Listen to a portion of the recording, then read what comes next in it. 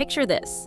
A midnight street in Los Angeles, a Porsche suddenly erupts into flames, an inferno no one can ignore. That car belongs to Kid Cudi, and prosecutors say it's no coincidence. They claim the blast was payback for daring to defy one of music's most powerful moguls, Diddy Combs. If that one image has your pulse racing, buckle up. Tonight, we're rewinding from that fiery spectacle all the way back to day one of Diddy's blockbuster federal trial, counting down every jaw-dropping allegation revealed in court so far. By the end, you'll be asking the same question the jury is grappling with. How much of Diddy's empire was built on fear? Ready? Let's roll the tape. Because what happens on day 14 might depend on everything you're about to hear. Day 9. Flash forward. The car bomb. Kid Cudi's testimony. We begin in the middle of the story, on day 9. The courtroom goes silent as Kid Cudi steps into the witness box, calm, collected.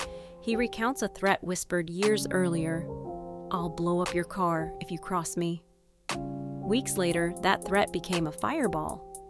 Investigators found evidence of accelerant and timing devices, details too precise for chance. Cudi's voice never breaks, but his words land like shrapnel. I knew exactly who sent the message. But as the flames die down in our minds, the judge bangs his gavel, reminding everyone that the blaze is just one puzzle piece. Want to see where the puzzle started?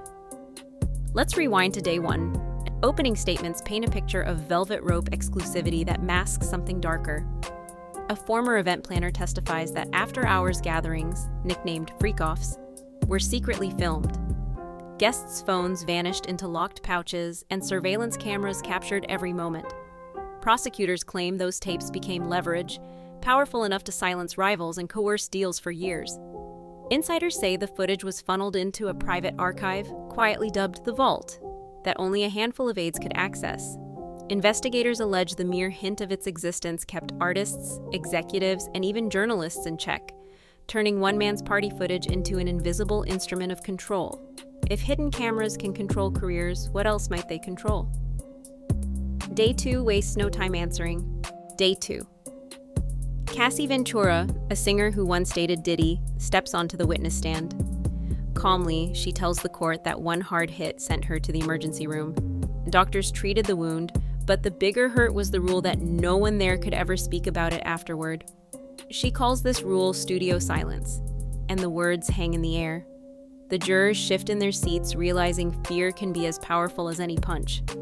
Even Diddy's lawyers sit quiet, seeing that this silence might count as proof all by itself. But broken bones heal, broken trust festers. The very next day, Cassie reveals how that silence became a bargaining chip. Day 3. Under redirect, Cassie drops the curtain on an alleged ultimatum. Extend your record deal, or watch compromising footage go public. She testifies that contracts arrived already highlighted, cameras positioned just out of frame, and leaving was never an option. The prosecution projects blurred images on a screen, a glimpse of the material allegedly used as leverage. Jurors lean forward, defense lawyers flinch. The room crackles with tension as the images flicker, each blurry frame hinting at deeper secrets. Cassie says the recordings were locked away in a place insiders called the Vault, open only to Diddy and a few trusted aides. She closes by locking eyes with the jury. Signing wasn't a choice, it was survival. Still, lawyers speak one language louder than threats: money. Day 4. In a white glove envelope preserved by Cassie's legal team sits a handwritten note. 50M, full release. An expert analyst verifies the handwriting, linking it to an assistant who reported directly to Diddy. Prosecutors claim the note was a promise: walk away from your civil suit, and this staggering sum is yours. Defense argues it was merely a draft of a settlement offer, but jurors can almost feel the weight of the money. Cassie's lawyer even lifts the note with tweezers so no fresh fingerprints smudge it. The whole room goes strangely quiet. You can almost hear people breathing.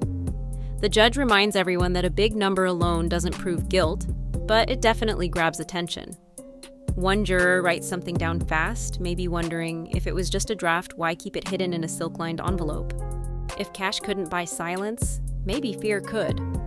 Enter a threat that started as words and became an eruption of shattered glass. Day 5. Cassie closes her testimony with a chilling memory. Diddy boasting he could make a car disappear if someone spoke out. She claims the target was Kid Cudi, a friend who refused a Bad Boy Records partnership. The courtroom buzzes. Did bravado morph into arson, or is this coincidence? The answer won't arrive until day 9, but the seed is planted in jurors' minds. Cassie says she wrote the threat in her diary that very night so she wouldn't forget the exact words. Prosecutors flash a photo of that page on the courtroom screen, the ink slightly smudged, but still clear enough to read. Diddy's lawyers scoff, calling it empty talk blown out of proportion. Yet a few jurors trade worried glances, picturing a sports car bursting into flames over one dangerous promise. Next up is a former protege who watched promises turn into projectiles, literally. Day 6. Dawn. Richard describes a high-stakes studio session in a luxury suite. Tempers flare, and suddenly a crystal glass whistles past her ear, smashing into a wall inches away. Staff dive for cover. Dawn testifies that management later labeled it a misunderstanding. But she remembers tiny shards in her hair and a warning not to speak about it. She tells the jury her heart pounded so loudly she could barely hear the music anymore. A producer handed her a wet towel, but no one dared ask if she was okay. The broken glass stayed on the carpet until a hotel worker swept it up hours later. Dawn says an assistant brought her a new pair of earrings the next morning, as if a small gift could erase what happened. Looking squarely at the jurors, she finishes, "I learned that silence was the real price of staying in the room." That warning echoes beyond Dawn, to Cassie's family on day 7, when silence comes with a price tag. Day 7. Cassie's mother, Regina Ventura, recounts late-night phone calls from unidentified numbers. The message, pay a 6-figure reconciliation fee or face undefined consequences. She also swears strangers followed her home, headlights lingering outside.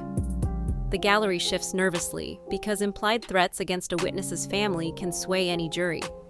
Terrified, she started jotting down every call in a notebook, marking the time and the exact words she heard. One night, the mystery car idled at the end of her driveway for nearly 10 minutes before speeding off, its tires squealing into the dark. She quit taking evening walks and put new security cameras on every entrance to the house. Prosecutors back her up with phone records that show repeated calls from burner numbers spaced just minutes apart. Regina finishes by saying the caller always named the same sum, $150,000 cash, as if reading from a script. But intimidation isn't always external. Day 8 reveals what happened inside the rooms before the witnesses even arrived. Day 8, former assistant George Kaplan testifies his job went far beyond scheduling. He claims he was dispatched ahead of private events to stock narcotics in bedside tables and hide mini cameras behind air vents, all documented with checklists. Defense objects, but prosecutors brandish a digital logbook titled Room Prep, with dates matching celebrity get-togethers. Kaplan says every checklist carried his initials, proving he had completed the setup. He even shows phone photos he secretly took, where tiny lens caps peek out from vent slats. Jurors lean forward to examine the snapshots, noticing timestamps that match major award show weekends. Kaplan explains he was forced to sign a strict non-disclosure form and warned never to keep copies of any records. Yet he saved the files anyway, in case something went wrong, and today those same files sit in the evidence stack for all to see. Preparations can be undone, but evidence of arson leaves permanent scars. We circle back to the fiery centerpiece of this trial on day 9. Day 9. Kid Cudi's testimony links the verbal threat from day 5 to a fiery reality. He details forensic photos, melted alloy wheels, a residue that experts identify as commercial-grade accelerant.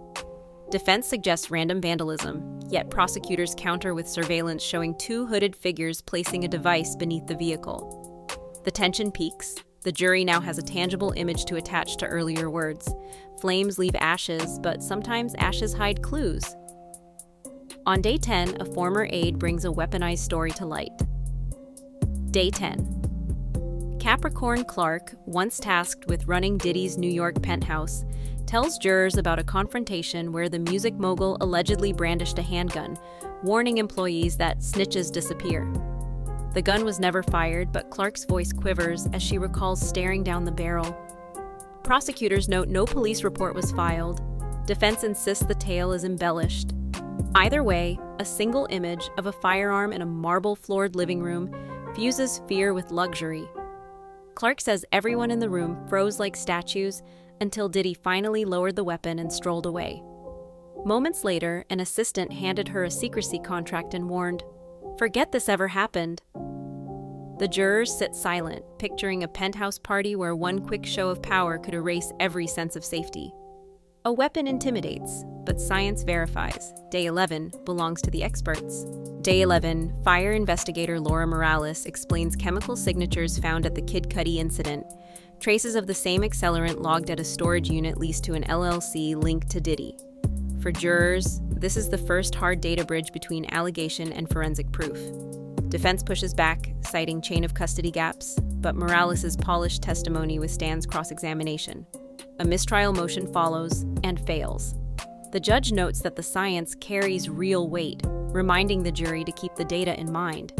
Morales then displays a side-by-side chart of burn patterns, and the match looks almost exact. One juror removes his glasses to lean in, staring hard at the screen. A hush falls over the room, as if everyone senses the balance of the trial has just tipped. Science may be cold, yet the next witness brings emotion hotter than any flame, revealing danger even at 30,000 feet. Day 12, shielded by a pseudonym, former staffer Mia describes life aboard Diddy's private jets. She alleges mid-air outbursts involving physical blows and threats that the plane wouldn't land if anyone spoke up. Granted immunity, she wipes tears but steals her voice. "I thought I might never see my family again." The cabin becomes a flying palace, minus any escape.